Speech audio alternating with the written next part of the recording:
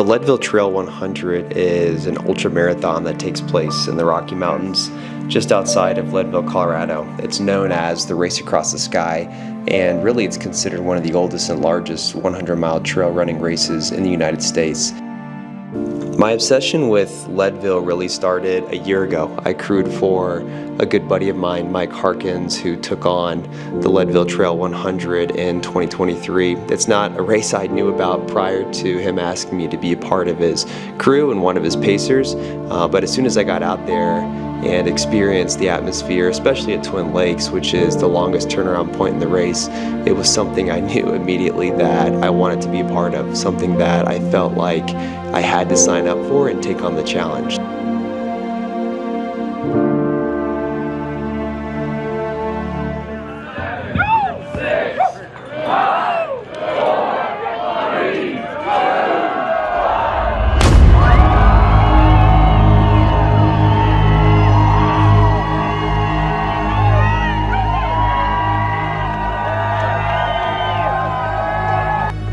It was hard on that single track. Over here. Water? Water. Just moving too fast. Yeah, like I said, try to finish your stuff when we see you. Yeah. Yeah. I got a lot of hiking ahead, so. Yeah, cool. Done. Yeah, man. Look good, dude. Yeah, man, good work. Good work. All right, bud. See ya. Have fun. After his race ended, I knew what my mindset was going to be, and it was going to be doing anything I could to get into the 2024 Leadville Trail 100.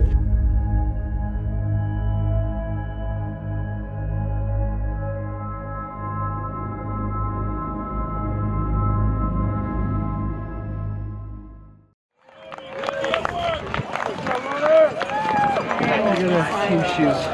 Can I have my speed runs? How am I on time? You're an hour ahead. An hour ahead. A full hour. 1 hour. Ahead of your idea. The Leadville 100 race is a race that starts in Leadville, Colorado. It's an out and back race. You have 30 hours to complete the race. There are checkpoints along the way where you will get eliminated from the course if you're not through them in time. My entire strategy banked on me going out quick, trying to get as much time as that I could through the flat to rolling hills in the first 38 miles in hopes that the second half of the race I could leverage that banked time.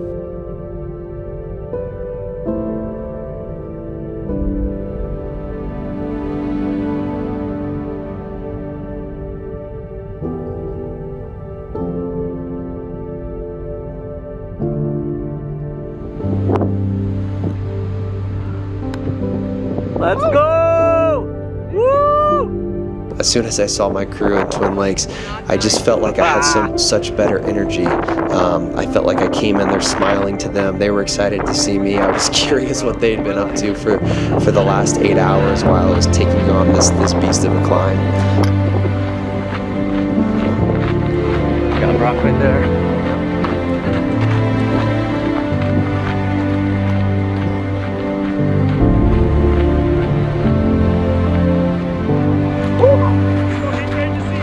Oh, dude. I don't like that mountain.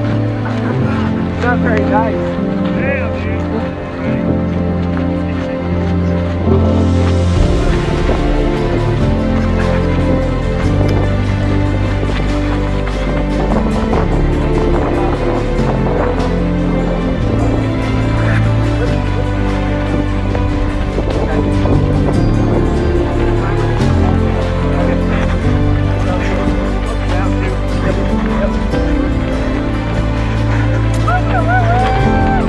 That's it!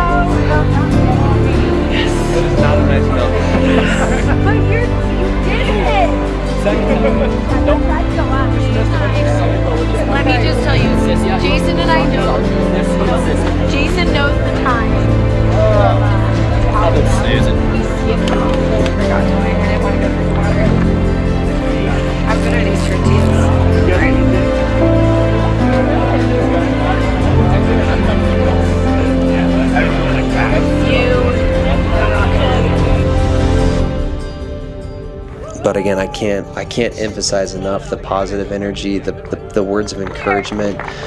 Just do that in life. Tell others that they're doing a great job.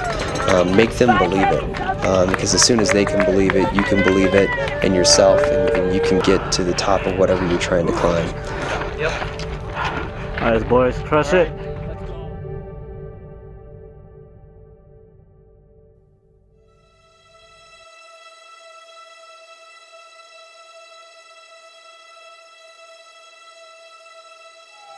Jason and I had 14 miles together. Jason brought this incredible energy. We put some music on. We just vibed out and really enjoyed the daylight while we had it. I followed in his footsteps right behind him the entire time. He pointed out every single rock and route. Drew knew exactly the pace that we needed to go at to finish the final 24 miles to get into the finish line within our time. And he by far had probably the hardest section with me. I started to really break down, just mentally, emotionally, physically. You've got 24 miles to go. While you've run, while I had ran 24 miles, no problem. In many of sessions, leading into it, that final 24 was by far my hardest 24 that I've ever ran.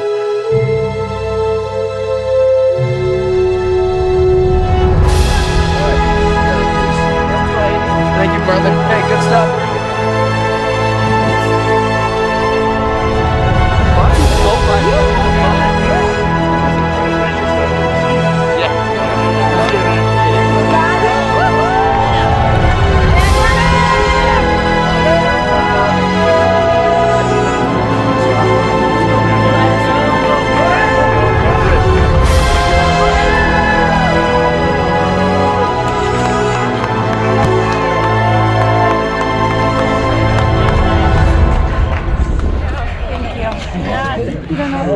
Welcome home.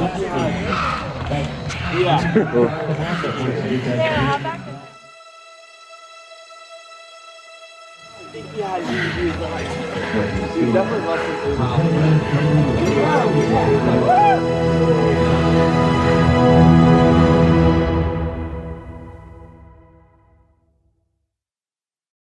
Less than a mile, maybe 900 yards from the finish line, maybe a little bit further, and I can hear my wife Tracy's voice say, "Andy," and I lost it. All emotion, overwhelmed, took over me, and it was important that I wanted her to cross that finish line with me, because the sacrifice that we had put in over these last 6 months for me training, early morning sessions, getting up at 4 a.m. to run and train to minimally impact our family activities as possible, knowing that all the sacrifice was still coming on her shoulders. While I wasn't there, she gave me the priority to go and train. She gave me the energy to go and train, to go spend 4.5, 5 hours on a Saturday and a Sunday morning climbing and running up in the mountains and preparing for this race. I wanted her to walk across that finish line with me and to raise her hands just as if she had finished that race, because it's not easy. These things take a toll on you, take a toll on your family, take a toll on you and everybody around you, and it takes a team, an absolute team, to get you across that finish line. And so as everyone was able to, Drew walked across that line with me, Tracy walked across it with me, Jason walked across it with me, and we had done this thing. We had freaking done it. And in 24 hours, 45 minutes, and 9 seconds, I could not believe what we had just done. I was overwhelmed with emotion. My head was down. I was mentally and physically exhausted. So excited to see my team. So excited to be done with the race. But it was one of the most incredible experiences of my life, and something that I truly will hold near and dear to my heart. And I will never forget. Never forget the miles that I shared with both Jason and Drew. I'll never forget the miles that I ran by myself out there, and the thoughts that came through my mind, and the people I thought about, and the things I thought about, and to mentally power through. These races are much more mental than they are physical. You've got an angel on one shoulder, you've got a devil on the other. You're making a split-second decision every time you take a step. Do you stop or do you go? Was it enough? Have you gone far enough? What are people going to think of you if you quit?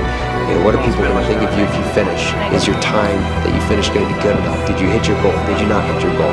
Constant questions running through your mind while you're out there pounding on those trails, pounding on the pavement, and every second is a conversation with yourself to keep going. And can you mentally will yourself to keep pushing forward and get across the finish line? And sure as heck we did it. We freaking did it.